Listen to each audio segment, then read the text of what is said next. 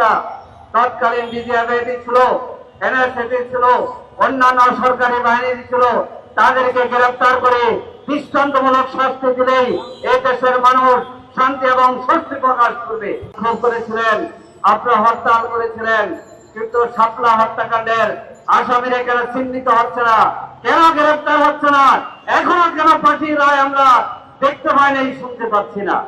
Colonel Ziaul Hasan, যিনি পরে major general হয়েছেন, তিনি অন্য হত্যাকাণ্ডে, জুলাই হত্যাকাণ্ডে আসামি হয়ে আছেন, কিন্তু 5ই মে এই রাত্রে এখানে যে কর্মরচিত হত্যাকাণ্ডের এই নেতৃত্ব দিয়েছিলেন তৎকালীন কর্নেল জিয়া, যিনি র্যাবের তৎকালীন সহপ্রধান ছিলেন।